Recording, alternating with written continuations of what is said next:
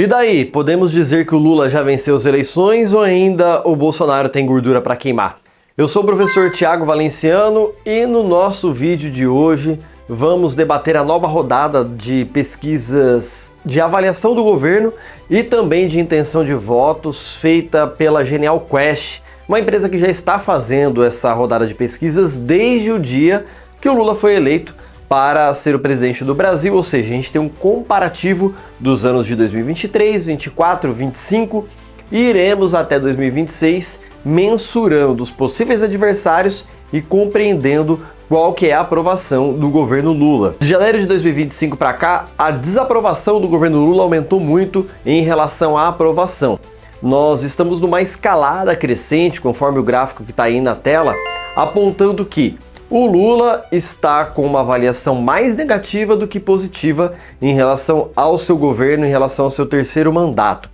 Isso acontece muito em virtude das crises que o governo tem enfrentado e principalmente aquela crise do Pix. Lembra daquele vídeo do Nicolas Ferreira que o governo tratou de voltar atrás, um vídeo que acabou viralizando nas redes sociais? Pois então, da crise do Pix para cá,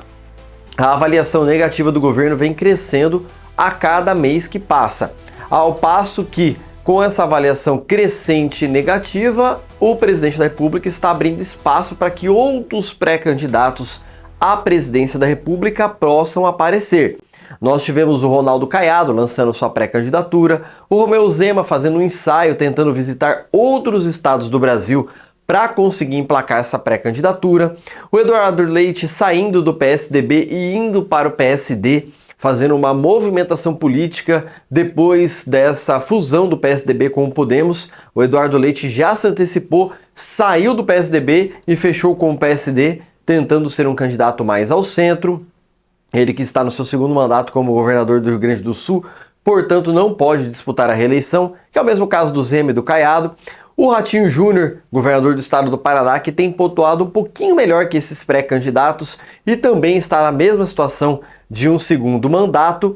E também a figura do Eduardo Bolsonaro, que passou a ser um personagem central nos últimos dias, depois de que o ex-presidente Jair Bolsonaro pretende lançá-lo como pré-candidato à presidência da República, ao contrário do que muitos imaginavam, que seria a Michelle que iria para o fronte se o Bolsonaro continuar ou estar inelegível até o ano que vem.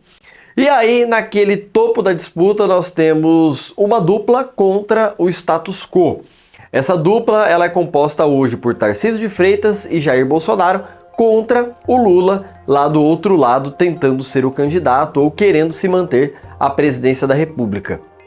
E aí, diante desse cenário ruim de desaprovação do governo federal, esse cenário em que a desaprovação vem crescendo paulatinamente, mês a mês, semana a semana, abre um espaço na política e o princípio básico da política é o seguinte: aquele espaço que você não ocupa, outro vem e passa a ocupá-lo. Com esse espaço aberto, desocupado, veio lá a presidência da República como pré-candidato, o Tarcísio de Freitas, e o Bolsonaro, que já estava lá, nunca deixou de estar. E o Tarcísio tem adotado uma tática muito interessante nas suas redes sociais, se mostrando como um governador que entrega, o governador que faz e que não está preocupado com a política nesse momento. Já fez movimentos ao centro, já tentou sair um pouco mais da direita para dialogar com o eleitor, que é primordial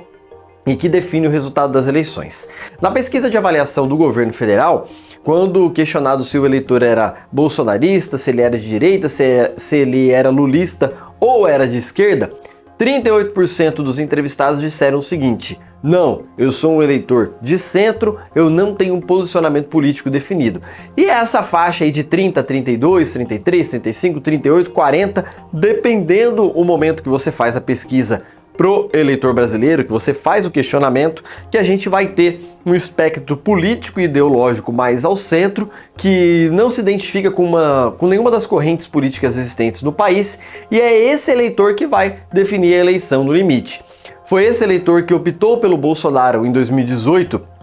principalmente na periferia das grandes cidades. Nós temos vários estudos eleitorais mostrando isso. Foi esse eleitor que escolheu o Lula em 2022 na periferia das grandes cidades do Brasil e que estava descontente com o governo do Bolsonaro, sobretudo com a condução em relação à pandemia de Covid-19. E é esse eleitor que agora vai escolher a decisão rumo do país em 2026 também. E é um eleitor que está ficando a cada dia mais descontente com Lula e procurando alternativas na questão político-eleitoral. E a alternativa que melhor tem aparecido até o momento, nós temos hoje, na pergunta do segundo turno, Lula e Bolsonaro empatados com 41%, mas nós enxergamos o Tarcísio de Freitas chegando nessa pesquisa com 40% contra 41% das intenções de votos para o Lula. E o Tarcísio tem, já diria o bom analista político, ele tem comido pelas beiras, ele tem ido pela beirada, chegando devagar, quietinho, ao estilo mineiro, mesmo sendo paulista, ou estando como governador do estado de São Paulo, tentando emplacar uma possível pré-candidatura caso o Bolsonaro não seja candidato. E aí tem um detalhe interessante também do Tarcísio, que ele é governador de primeiro mandato, e isso pode mudar muito no tabuleiro político eleitoral do ano que vem. Ele talvez poderia trocar uma reeleição garantida em São Paulo para tentar um voo mais alto à presidência da República. E o diferencial positivo do Tarcísio, diante desses outros candidatos que eu acabei de citar aqui, o Zema, Eduardo Leite, o Ratinho Júnior e até mesmo o Ronaldo Caiado, que são governadores de estado, vou tirar aqui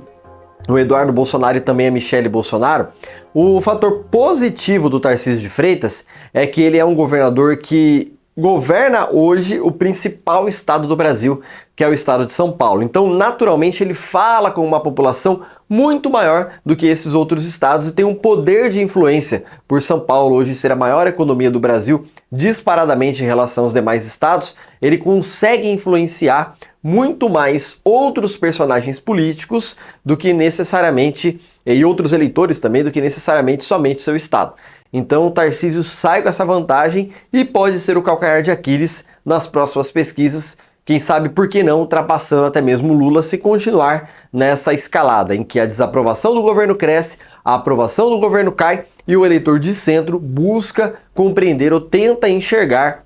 um candidato à presidência da República que não esteja nem aliado a Lula e nem aliado a Bolsonaro, ou que pelo menos seja diferente de um desses dois, ainda que esteja muito alinhado.